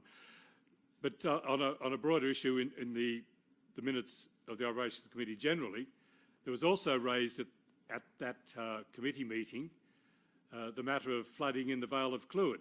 It was raised, but it was dismissed at the meeting as being on private land and therefore should not be dealt with, and as a result, or maybe because of, there is no mention of that particular matter being in the operations minutes. And I'm very disappointed with that, because that's exactly where the earlier debate was, that how we needed to be able to get an opportunity, and the Operations Committee was that opportunity, but nothing happened, and it was dismissed, where councillors can raise the matter of the flooding in the Vale of Clwyd and make in ways to alleviate the problem now and into the future. Can I just make the point that I'm on the Operations Committee, in fact I chair it. Committees don't make decisions, they put recommendations. We've dealt with that Vale of Clwyd matter properly and appropriately in council chambers here tonight, and it's going to be looked at. The General Manager clearly put that forward tonight. On the other matter, it was clear in the Operations Committee, we were all disappointed with the letter that we received from the local member regarding the school, but I'll stand to be corrected by Councillor Smith, who knows it better than me, but there wasn't too much pushback from the school at the time, so it made us a bit difficult for us, but I stand to be corrected if I've said the wrong thing. And I don't think the letter come from Mr Toole anyway. I think it come from a different minister altogether. Yeah. It came from Toole, but It came from it came through a letter to us from Toole. Yes. If I could speak to that as well, can I, please? I'm glad Councillor Leslie's brought this up, because I've been endlessly frustrated with this whole ordeal. And at the end of the day, right, wrong or indifferent, we've asked for support, and basically what the Education Department are saying, and the Education Department, and supported by Paul Toole, is that the community at Willerrawang Public School deserve no parking. Not on the sides, not on the back, not on any public roads, in or out, not around, not behind. The only parking that the residents at the school community have at Willerrawang Public School is on public land. That's the problem that I have with it, on private land. The only place they can park is in the dam, and that's okay for the Department of Education to acknowledge that, and at the same time give us back a report saying that any of the remedial things we were trying to do in between, with zebra crossings and relocating stuff to make the kids safer in that area, was all council's responsibility, which clearly I don't believe is right. Is that right, Mr Edgecombe? RMS, department and council all play a part. But at the moment, Department of Education are happy to say that there's no parking at all for any member of the school community at Wang. Can I just say something? And I'd also like to, I remember Mr Edgecombe put a very good point forward of moving the crossing up from where it is now to liaison with the parking in the lake, and that was a very good idea, and I don't know why the RMS, or was it RMS knocked that back, Mr Edgecombe, or who knocked that back? Through you, Mayor Thompson, no one specifically knocked anything back yet. Yeah. There's simply no ownership of the problem at hand. That's what we're after, is support with regard to the issues, whether that be financial or otherwise. Yeah. That's okay. I think what we're seeking at this point. Mr Mayor, Councillor McAndrew has misrepresented my position completely when we're talking about the flooding in the Vale of Clwyd. No one knew that the Vale of Clwyd matter would come up earlier in this business paper, but we did know at the Operations Committee it was raised then, and that was the opportunity to put it on the business paper. And the Operations Committee chose not to do it then because we were told it's private land, it's got nothing to do with council. So, but that's where it should have been raised. It was raised. It's not mentioned in the minutes, and it should have been mentioned in the minutes. Even just to point out that it was raised and dismissed, but not to have absolutely no mention of it at all is totally inappropriate. And no one could have known, as I said, no one could have known that it was going to come up here tonight. So that's the point I'm trying to make, and I was misrepresented in the debate on it. Well, we can all have second and third goes. No, Councillor Leslie, yeah. I remember you being at that committee. I can't remember you opening your mouth, to be truthful. I'm not a member of the committee. It still doesn't make any difference. Only that means you can't vote. Exactly. Point of order, Mayor. Can we have some decorum? Yeah, we certainly can, but when a councillor is making statements and he's also at the committee and doesn't make that statement at the committee, is certainly... It's just as well I was there, otherwise the matter would never have been noticed at all. Righto. The commentary from a councillor doesn't speak. No? Yeah, Mayor Thompson. Sorry, Councillor Ring. At the meeting, we were provided with information and advice, and we made a call. There's still, it is an issue, and yes, there is a young family there. There are risks. However, we have financial requirements and legal requirements under the Act, and we need to be very careful in providing financial benefit to an individual. I'm not saying we can't do anything to help, but we need, as a council, to make an informed decision on what we're going to do and why. We do not need to set a precedent. Councillor Leslie attends the meeting. I've attended meetings where I'm not a member and I speak. I've asked questions. He's quite capable of doing so. And as for the letter, fine, let's write a letter saying we're not happy with the response we got back. But unless the community, that is the parents, the grandparents and the teachers, get behind it, it is nothing. It's not going to achieve anything. The community now needs to take ownership of this and say, we want a car park, we want safe parking. It's up to the community to push it. I think council has been very good with this in making it safe. They've done a lot of work for the community to make it safe, worked with Energy Australia who own the land where they're parking. But it's also provided the Department of Education with an out. You've got it. It's your problem. Yeah, and the other issue with this, okay, there's no safe parking. That's poor planning by the department. But there's no parking with any other school in Lithgow. We've discussed this before. Same in Portland. There is no on-site parking. It's in the streets. This all goes back to poor planning when the school was built and the location. Yep, they put a great hall beside it, we can use it. Well, they should have thought about parking. Instead of going, well, you can use the gate there in a shared facility. There should have been parking put back then. It was a lost opportunity. So, look, I'm not going to oppose the amendment. I don't think it's going to achieve anything. The community has to jump up and down and tell Paul Toole, this is not good enough and we want better. Until that happens, nothing is going to change. Nothing. And let me say I congratulate Councillor Smith and Mr Edgecombe here for putting the bollards out there to try and make it safe on your own bat, and I congratulate you for that. Councillor Goodsall. Yeah, right. Councillor Smith, right, a reply?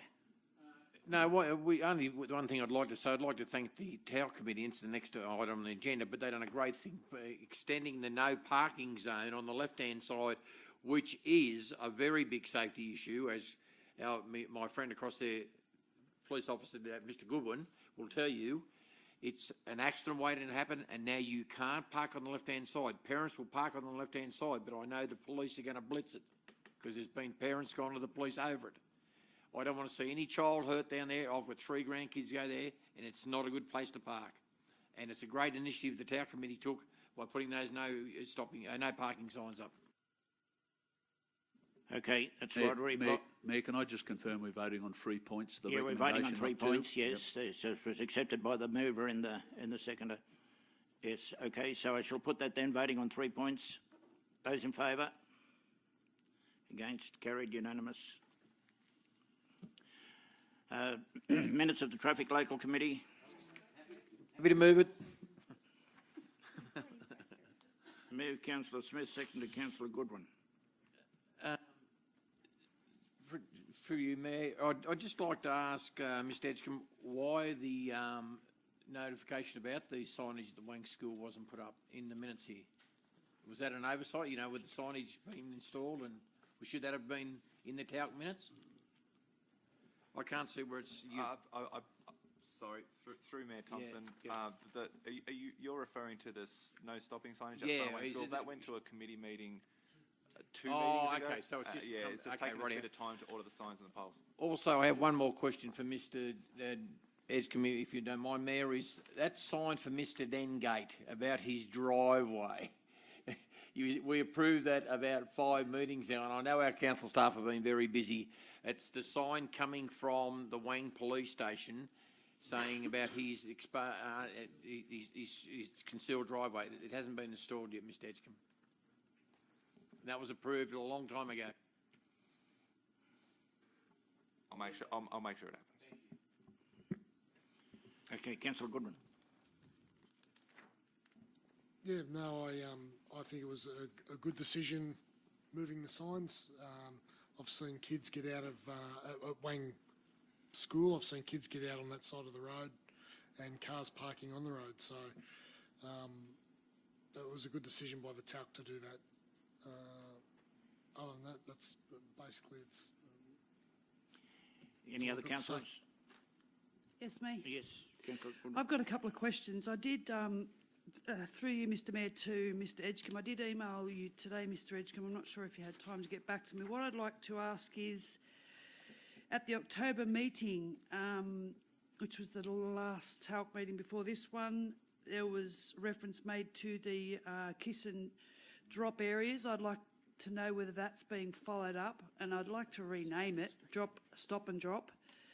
It was at the October minutes, it was Zigzag School have already installed signage and a dedicated kiss and drop area. Lithgow Public School have a dedicated area in Short Street, and I think there was a report going to come back to the next TALC meeting, which has already gone and it didn't come up. And also the Laneway Junction in Malvern Street and Methven Street, is that the one that I reported to you where they drive through from Martini Parade to Malvern Street where there's no stopping? Is that what's referred to in that? Laneway Junction, councillor seeking advice from the committee in relation to installing appropriate signage in the Laneway Junction near Cool Public School. In this laneway there is minimal vision to pedestrians. That's the laneway going from Martini Parade through the houses to Malvern Street, and it says it's here, it's Malvern and Methven. Sorry, which TALC committee minutes are we referring to? 3rd of October. I think it might be better that I respond to inquiries regarding previous minutes. We can do that outside the committee. I think we're possibly confusing the issue of this TALC committee a little bit by referring to other ones. I can't. Okay, so the two questions I've got is, can I have an update on the stop and drop? Yep. So we've started that report. It's just staff shortages. We've had one engineer resign at council. It's just a matter of getting that report to the committee and doing the necessary investigation. And, well, it says in the minutes of the October meeting, council administrators are to prepare a report and bring back to the next committee meeting and investigate options that would be appropriate for the area, and that was about Malvern Street, Methven Street, Laneway, and that one hasn't come back either. Could I ask for an update on that too, please? I believe the Melbourne and Methven Street one did. I remember talking about it at a TALC committee. I'll need to double check and confirm that, but the kiss and drop report is definitely slated for the next TALC committee. Cool. Okay, I shall put that then. Hang on, I have a question. Yep. Mayor Thompson, could you please ask, or can I please ask, when's the next TALC committee? How often do they meet exactly? I've got an issue I want to bring to it. Do I have to send in a formal letter, or can it be an email? How does it work? Through you, Mayor Thompson, the next TALC committee meeting is at 11 o'clock on the 5th of March. We send out requests for items a couple of weeks beforehand. So is the agenda closed, has it? So you won't accept anything more? It doesn't close. The reports are required to be submitted to councillors 3 days prior to the meeting occurring, 3 working days. So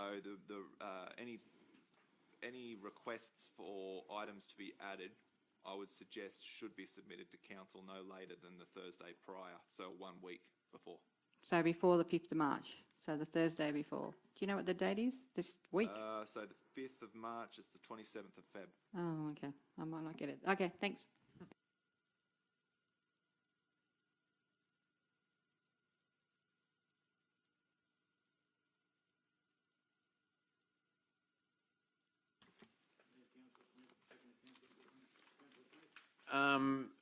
all I've got to say is, and it's not here at the moment, but we'll have our certificate presentation coming up. I think it's a tentative date, Jonathan. It might be the 8th of April. I think it seems popular. I'd like to invite all the councillors to that, and it'll be a good night and a good afternoon for to see hand of these awards out. If they could make it, it'd be great.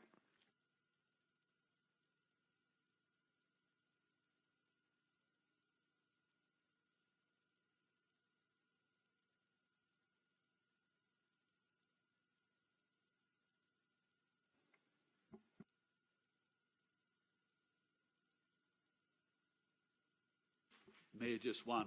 I have one, maybe. Yeah, I'll be guided by yourself. I received an email late Friday night when I was away, and I only got an opportunity to look at it last night when I got home on Sunday evening.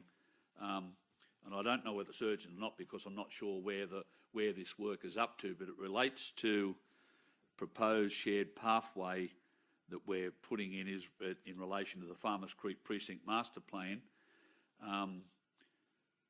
Around Burton Street, and questions have been raised about safety. It's meant to be a shared pathway for cyclists as well as walkers, and worried about cars hitting them. Now, I don't know where we're up to with construction. If there's some time before we start to construct, then it's not urgent. But if we're constructing very shortly, I think we should have a meeting out there with the residents, just have a good look at it. I'll get that, Mr. Edgecombe. That come from Jan Saundercott. Is that, yes? So that's not a project I'm managing directly, but I do know that the master plans have been around for some time now. I expect that the reason why the residents raised the issue is that the construction's now at a point where it's nearing her property. I've made contact with the project manager. I don't believe they were at work today. Once I get a response regarding the issue, I'll be sure to pass it around to all councillors. Thank you. My understanding, there's been 9 of the residents have put in complaints. I don't understand it well enough, but I think based on what's been put forward, that letter's pretty succinct, or the email I received is pretty succinct. I just wonder whether there's an opportunity, Mayor, that we can have a on-site meeting there with the residents. Better to be safe than sorry. I would agree, just pending how far it is till we get there, and you don't know at the moment. Nothing's set in stone. We're always open to talking to the community. If there's a better way, a more appropriate way to solve the problem and get a shared path along Farmers Creek, we're absolutely open to it. But I'll need to contact the project manager first and get their input. See, if there are problems, Mayor, the only option I've got is a notice of motion, and that's a month away, 3 weeks to a month away. Well, it's not really. Just before I move to Councillor Coleman, I've asked the General Manager to call an extraordinary meeting of Council on the 9th of March to consider the recommended allocation of the Bushfire Community Resilience Economy Recovery Funds by Mr Paul Toole, so as we know what's happening there. Also, the Women's Advisory Committee minutes that didn't get into this particular paper, and also to get a report back after tonight on the Vale of Clwyd from Mr Edgecombe. So that will be on the 9th of March, and myself and Councillor Ring have already asked the General Manager to call an extraordinary meeting of Council to consider those 3 points. Just thinking in preparation for that meeting, though, and on-site, I'm going to go out and have a look myself, but it's no good me having a look at it on myself, or we need the residents and our engineers and that to say, well, this is what we're doing, this is what we're not doing. I do deem it urgent, because I'm not quite sure how close it is to their residents. For them to raise that, it must be getting very, very close to them. So I do deem it that Council should go out and have an on-site meeting to consider that. It's a safety position. Yeah, they're specifically raising issues of safety for older people and children. Yeah. I did forward that email on to Mr Edgecombe, so as he was aware of it. Councillor Coleman. I'm not quite sure if Council's aware, but in Extension Estate there is damage to the Telstra lines. A lot of people within Extension Estate, so Cuppo Street, Ferro Street, Calera Street, don't actually have a landline at the moment. And even though a lot of us use mobile phones, the likes of my grandmother, who's 86, and a number of the residents in that area do not. So they're without a phone. And my worry is, and my grandmother has a pacemaker and so do others, if something happens to her, how does she contact someone? I'm hoping that we can follow up Telstra and find out where they're at in regards to the damage that was made to the infrastructure. I understand it's due to the bushfires, I appreciate that, but the residents in that area are not getting any answers. Councillor Coleman, we've been onto that for a week. The General Manager has had many conversations at the moment with Telstra, and I'll just get him to update where he's up to. I'd appreciate that. But Yeah, Mr Mayor, we had complaints from people in Cuprose Street that their landlines were down. So we had a contact at Telstra. We had written to the CEO of Telstra previously complaining about the redundancy of 2 of the 3 towers that they had for mobile, and he put us in touch with an individual who was, I just can't remember his name now, but he's on our email, who is responsible for updating us on the progress of Telstra services in Lithgow. We wrote to him specifically in relation to the Cuprose Street matter. The response that came back, they tested the address of the individual that complained and had no record of any complaint being lodged from that address. So we've gone back to the resident in Cuprose Street saying that that's the case, and could they lodge a complaint with Telstra to get it done? I mean, if they want to give us the details as well, we'll do it, but Telstra did investigate that particular complaint and couldn't identify the individual at that particular address, and there was no complaint. That's Cuprose Street, and I appreciate that. But this is Calero Street, the street over, and there's a block in Calero Street that do not have a landline. I'm aware of it. I've been onto Telstra as well, and I know Extension Estate pretty well. I live there, and also 2LT have been without a telephone, without a landline as well. So it's that whole area, and you are correct. Yeah, so it's that whole area. So we are actually aware of it. We are following it up. We are following it up. Great, yes. thank you. Mayor Thompson, just on that issue, as you're aware, when we're down the Walgan Valley's got no landlines. They haven't had them for some time, and there's no mobile. We need to get that followed up as well. Communications in general, it's an outage right throughout our area, and it's been ongoing for some time, and Councillor McAndrew would be aware of it, that he's had some correspondence from a man that knows that those two towers have been out for some time. So it needs to be addressed. Mayor Thompson, yes, I agree with Councillor Ring. After spending some time in the Walgan Valley yesterday, the most concerns weren't about the disastrous fires. It was about communication and lack of communication, to the point apparently there's been 9 accidents in one area down there, and nobody that had the accidents could use their mobiles. And one of the very well-known Walgan Valley residents actually got a call at 11:45 in the evening to say this alarm had gone off at his friend's home, and he was the first point of call. So he went over to that home a few kilometres away and found 2 men had broken into the home, and he didn't know how to contact them. He had no service or anything, and he yelled out and said, "What are you 2 doing?" They said, "We've got a serious accident. We've had to break in here to try and get a phone." There was no phone, so the road was closed. They couldn't get the car off the road. It was, I think now it's a luxury, not a necessity. I spoke to Andrew G at length yesterday. If the General Manager would be kind enough to write a letter to Andrew G to speak the seriousness of 75% of the people, or 80% yesterday, they were concerned about as Mr. Thompson, Mayor Thompson would know, their main concern yesterday, without doubt, was not about the recovery of the fire. It was about lack of communication. And now I believe that Walgan Valley is not on the list. So that's the most important thing, that if I could please encourage the Mayor and the General Manager to at least get Walgan Valley on the list. Round 5 is gone, but round 6 will be coming up, for which I think is about $1 million. But if you're not on the list, you're never going to be considered.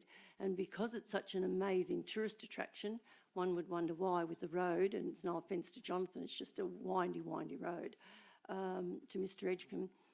It is necessary. We need to help these people. They've got children. Child got a snake bite recently. Another child fell in a fire. They've got absolutely nothing unless they've got a 2-way radio. So it's 2020, and I really believe that it's time that we could assist these people as a matter of great urgency. Look, I don't deem it as a matter of great urgency, wholly and solely because Andrew G was there yesterday, and they made it very, very clear to the Minister their concerns, and he took it up on their behalf. No, I was- I'd asked Andrew G to speak to those people. I'd already told I'm him just saying that, and he So you did. don't consider that urgent? Well, it was urgent, but he's taken it up. There's not He's much. not going to put it on a list. We need it to get on a list, please, Mayor Thompson, so that at least they can be considered. Okay, it is urgent, but I'm once again, I say Andrew G was there. He has taken it on his behalf to look after those residents, and I heard him say it. So I can't go any further than that. No worries.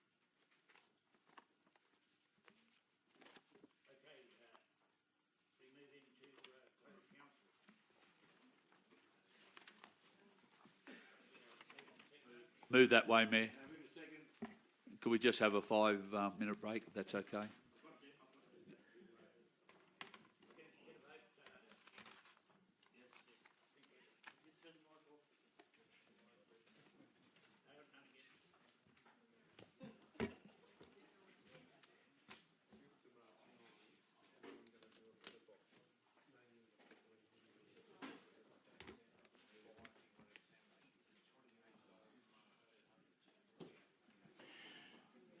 The meeting will now be in recess and move into closed council. The live streaming will cease from this point and resume again